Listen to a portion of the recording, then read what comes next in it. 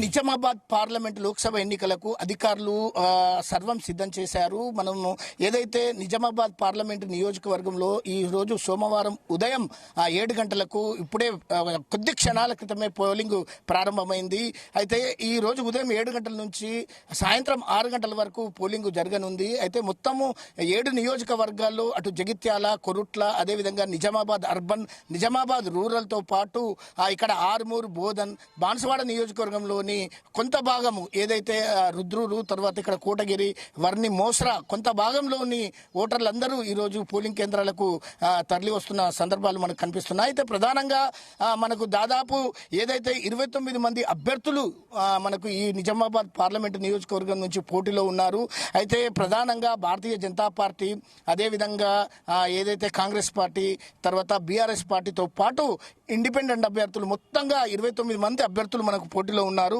అయితే మొత్తం నిజామాబాద్ జిల్లా పార్లమెంటుకు ఏదైతే లోక్సభ పార్లమెంటు నియోజకవర్గానికి సంబంధించి 1808 పోలింగ్ కేంద్రాలను మనకు ఏర్పాటు చేశారు. అదేవిధంగా పురుష ఓటర్లు దాదాపు మొత్తం కలిపితే 17,04,867 ఓటర్లు మనకు ఈ నియోజకవర్గంలో ఈరోజు తమ ఓటు హక్కును వినియోగించుకోబోతున్నారు.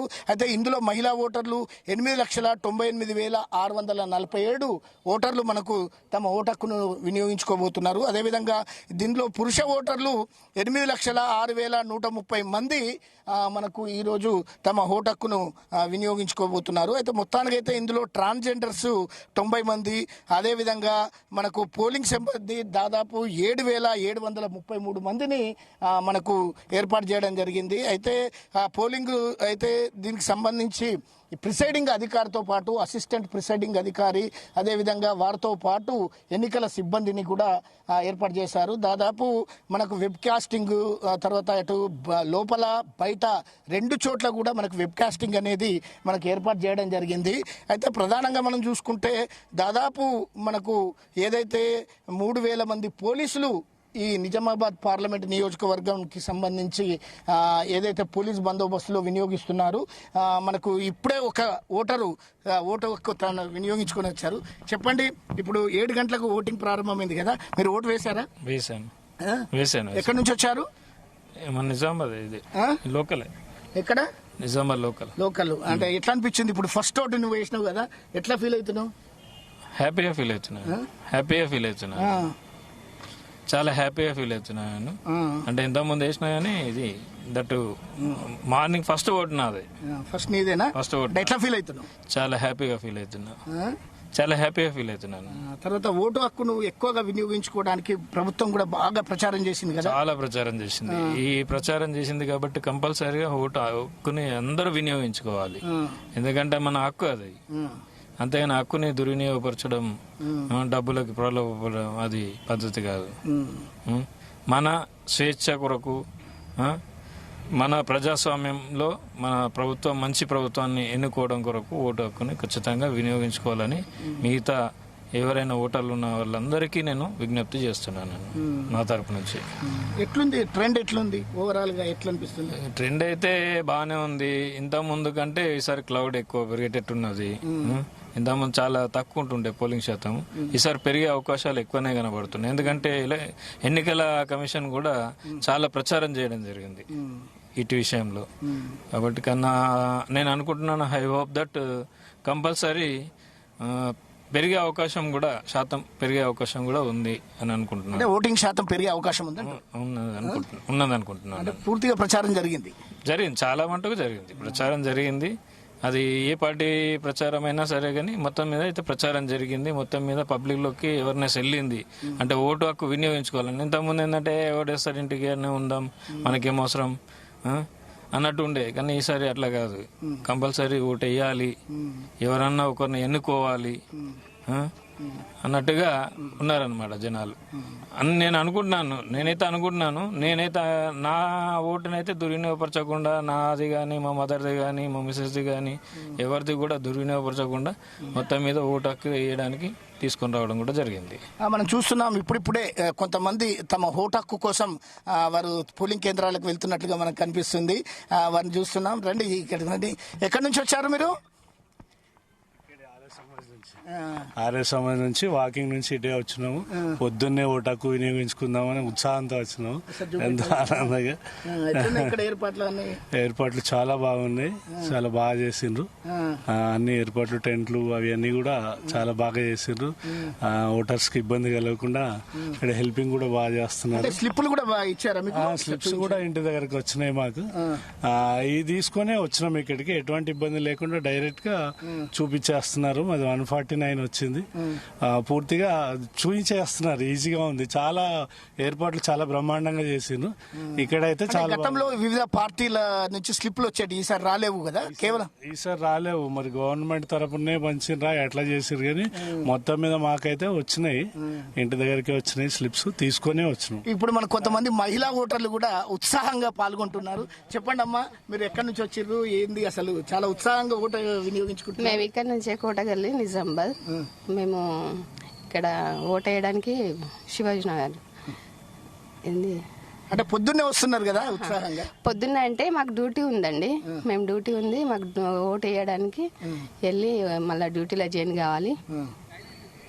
సో మనకు కొంతమంది రాజకీయ నాయకులు కూడా తమ ఓటు హక్కును ఇప్పుడే వినియోగించుకుని వెళ్ళి ప్రచార కార్యక్రమాన్ని చేసుకుందామని చెప్పేసి ఆలోచనలో ఉన్నారు. మనకు ఇక్కడ చెప్పండి మాజీ కార్పొరేటర్ గారు, ఏంటి అసలు మీరు ఓటు హక్కును ఇంత పొద్దున వినియోగించుకుంటున్నారు? అంటే కొంచెం ఎండ ప్రభావం ఒకటైతే, రెండోది అందరు బయట చూసుకోవాలా, గ్యాదరింగ్ వచ్చిపోయే వాళ్ళకి చెప్పాలా మన పార్టీకి ఓటేయమని చెప్పేసి. కాబట్టి మేము పొద్దున్నే ఓటేస్తే మిగతా వాళ్ళకి ఇన్స్పిరేషన్ కూడా ఉంటుంది.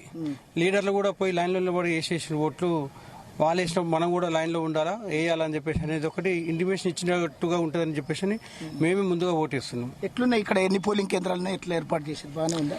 ఇక్కడ బీఆర్ఎస్ పార్టీ ప్రజెంట్ మా డివిజన్కి సంబంధించి 5 పోలింగ్ బూత్లు ఉన్నాయి. అందరు ఏజెంట్లు సెట్ చేసేసినాము. ఏర్పాట్లు కూడా అధికారులు కూడా చాలా బాగా ఏర్పాటు చేసేసిండ్రు. పోలీస్ సిబ్బంది కూడా గట్టిగానే ఫోన్స్ నాటలో అక్కడ ఆపేసేసి ఫోన్స్ అక్కడ పెట్టి వెళ్ళమని చెప్పడం, మళ్ళీ ముందే ఐడి కార్డులు ఉన్నాయా లేవని చెక్ చేసి పంపించడం కూడా చాలా బాగుంది.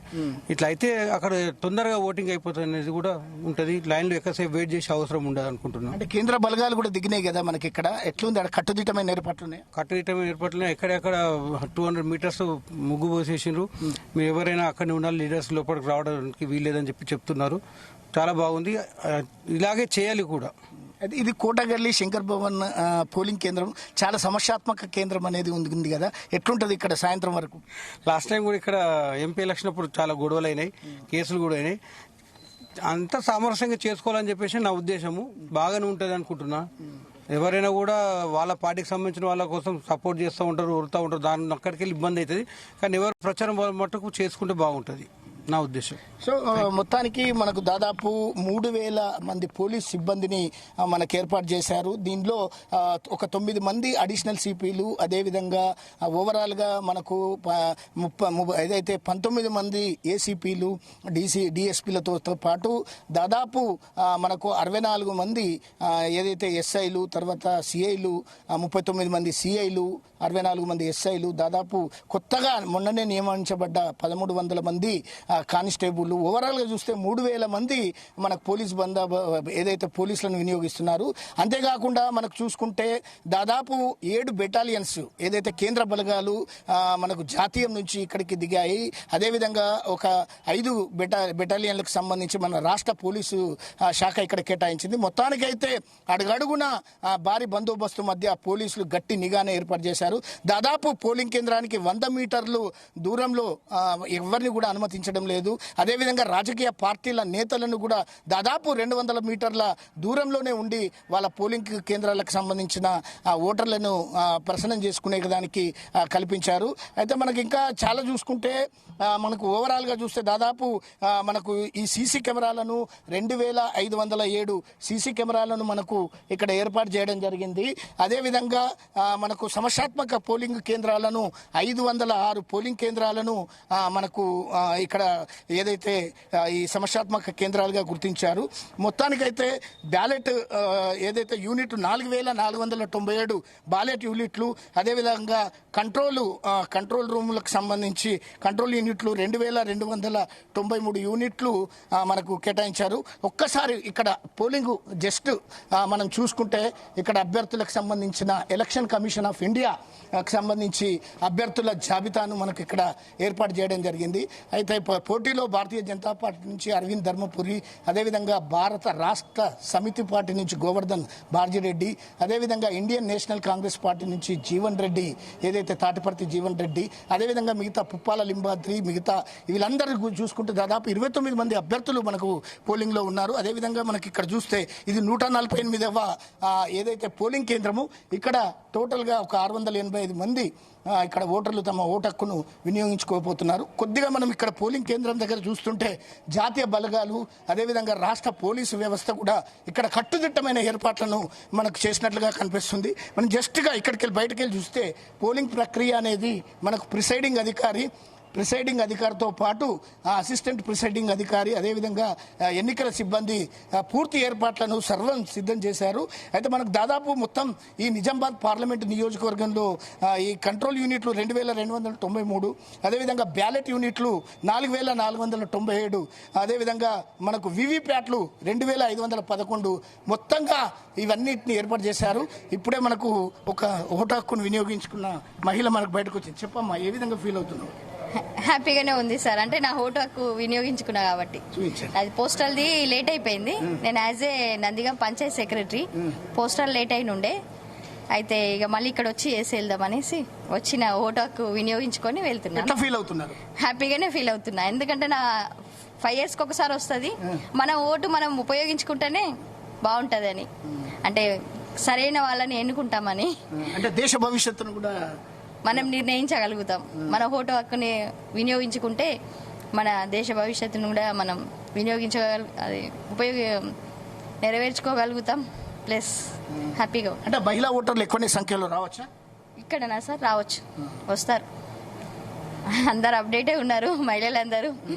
ఎందుకు ఉపయోగించుకోరు? ఖచ్చితంగా అందరూ ఉపయోగించుకుంటారు.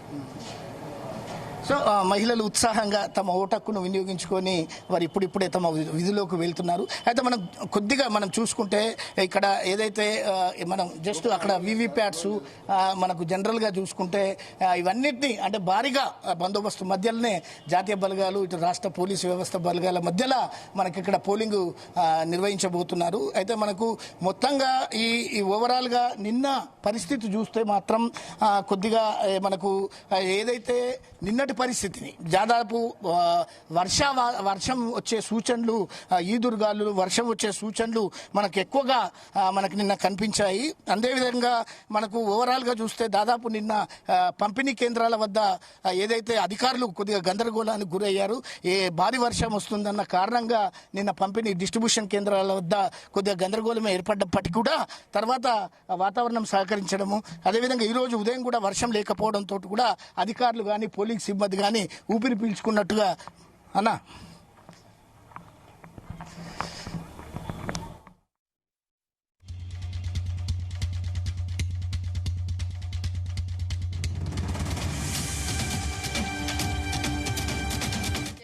ఇక్కడ టోటల్ గా మహిళలు కూడా చాలా మంది తమ ఓటు హక్కును వినియోగించుకొని ఇప్పుడిప్పుడే బయలుదేరుతున్నారు. అయితే ఇక్కడ దాదాపు 10 ఏదైతే పోలింగ్ కేంద్రాలు ఉన్నాయో ఇక్కడ కొంతమంది సహాయకంగా కూడా మనకు ఇక్కడ ఏర్పాటు చేసిన సందర్భాలు ఉన్నాయి. మనం చూస్తుంటే అక్కడ విజువల్స్లో మాత్రం మనం అక్కడ చూస్తే అక్కడ ఒక సహాయ కేంద్రం, ఓటర్లకు కూడా సహాయ కేంద్రం ఏర్పాటు చేయడం జరిగింది. అక్కడ చాలామంది ఓటర్లు తమ ఓటు హక్కును ఎక్కడ ఏ పోలింగ్ స్టేషన్లో ఉంది, ఎక్కడ ఏ పోలింగ్ బూత్లో ఉందనే దాన్ని కూడా వాళ్ళందరూ అక్కడ మనకు ఇక్కడ చూస్తున్నాం విజువల్స్లో. ఒక వృద్ధుడు కూడా ఆయన ఓటేసి ఉత్సాహంగా ఆయన బయటకు వస్తున్న సందర్భాలు కూడా మనకున్నాయి, చూస్తున్నాం. మనం ఇక్కడ ఆయనతో మాట్లాడే ప్రయత్నం కూడా మనం చేద్దాం. అయితే ఇక్కడ ఈ పోలింగ్ కేంద్రం దాదాపు ఒక 10 కేంద్రాలు ఉన్నాయి ఇక్కడ. పెద్ద మనిషి, ఎక్కడికి వెళ్ళి వచ్చినావు? అదే ఇక్కడనే శివాజీ నగర్, కోటగల్లి, నిజామాబాద్. పొద్దుగాల పుట్టి వచ్చినవి ఉన్నాయి. నేను నైట్ డ్యూటీ ఆడియో ఆఫీసులో చేసి వచ్చినా సార్. ఇప్పుడు వచ్చి ఇంటిని స్నానం చేసి ఇక్కడే వచ్చిన. ఓటేసినావా? ఓటేసిన. ఎట్లా అనిపిస్తుంది? ముందట కూడా ఓట్ల లిస్టు మొన్న వంచిన ఎమ్మెల్యేతో ఓట్లు ఇచ్చిండ్రు. ఆధార్ ఏమి ఇస్తలేరు. ఇప్పుడు పాత ఐడెంటి కార్డు, ఎలక్షన్ కార్డు చూపిస్తే వేసినావా ఓటు? వేసిన. చూపెట్టాడు. అయ్యో వేసిన. ఇప్పుడు ఇంకో మరో వృద్ధుడు కూడా మనకి ఇక్కడ కనిపిస్తున్నారు. ఆయన కూడా తన చెప్పడికి ఎక్కడి నుంచి వచ్చిండు? శివాజీ గారు. శివాజీ గారు పొద్దున్నే వచ్చినావు మరి శాతగాక అంటే ఎండలు కూడా ఉన్నాయని ఎండలు శాతగాక వేసినావా ఓటు? వేసిన. చూపెట్టు. అది ఎట్లా మంచి అనిపించిందా? రైట్. అయితే మనకు ఓవరాల్ గా చూస్తే సెలెక్టర్లు ఆఫీసర్స్ కానీ, తర్వాత వెబ్ కెమెరాలకు సంబంధించి కానీ, తర్వాత అనేక రకాలుగా మనకు వెబ్ కాస్టింగ్, వాటి కెమెరాలు బయట ఇటు అన్ని ఏర్పాటు చేశారు. కొద్దిగా ప్రాథమిక చికిత్స కోసం కూడా హెల్త్ డిపార్ట్మెంట్ నుంచి కూడా మనకు అక్కడ వాళ్ళు కూడా ఏర్పాటు చేయడం జరిగింది. ఓవరాల్ గా చూస్తుంటే మనకు ఎక్కడైతే ఈ ఏదైతే మనకు 1877 పీఓలు జిల్లా వ్యాప్తంగా, అదేవిధంగా మనకు 1867 ఏపీఓలు, 3687 ఓపీఓలు, దాదాపు మొత్తం 7700 చిల్లర సిబ్బంది ఇక్కడ వినియోగించుకుంటున్నారు. వివిధ పార్టీల అభ్యర్థులు కూడా తమ ఓటు హక్కును వినియోగించుకోవడానికి కూడా ధర్మపురి అరవింద్ ఏదైతే నిజామాబాద్ జిల్లా కేంద్రంలో, అదేవిధంగా కాంగ్రెస్ అభ్యర్థి తాటిపత్రి జీవన్ రెడ్డి తను జగిత్యాలలో ఓటు హక్కును వినియోగించుకోబోతున్నారు. అయితే బీఆర్ఎస్ పార్టీకి చెందిన బాజిరెడ్డి గోవర్ధన్ తను తన స్వగ్రామమైన సిరికొండ మండలంలోని ఏదైతే ఆయన గ్రామంలో ఆయన ఓటు హక్కును వినియోగించుకోబోతున్నారు. అయితే ఇంకా మిగతా ప్రధాన పార్టీలకు సంబంధించిన వారు కానీ తర్వాత అంతా కూడా తమ తమ ఏరియాలో తమ ఓటు హక్కును వినియోగించుకొని వారు ఈరోజు అన్ని పోలింగ్ కేంద్రాలలో వాళ్ళు వెళ్ళడానికి ప్రయత్నం చేస్తున్నారు.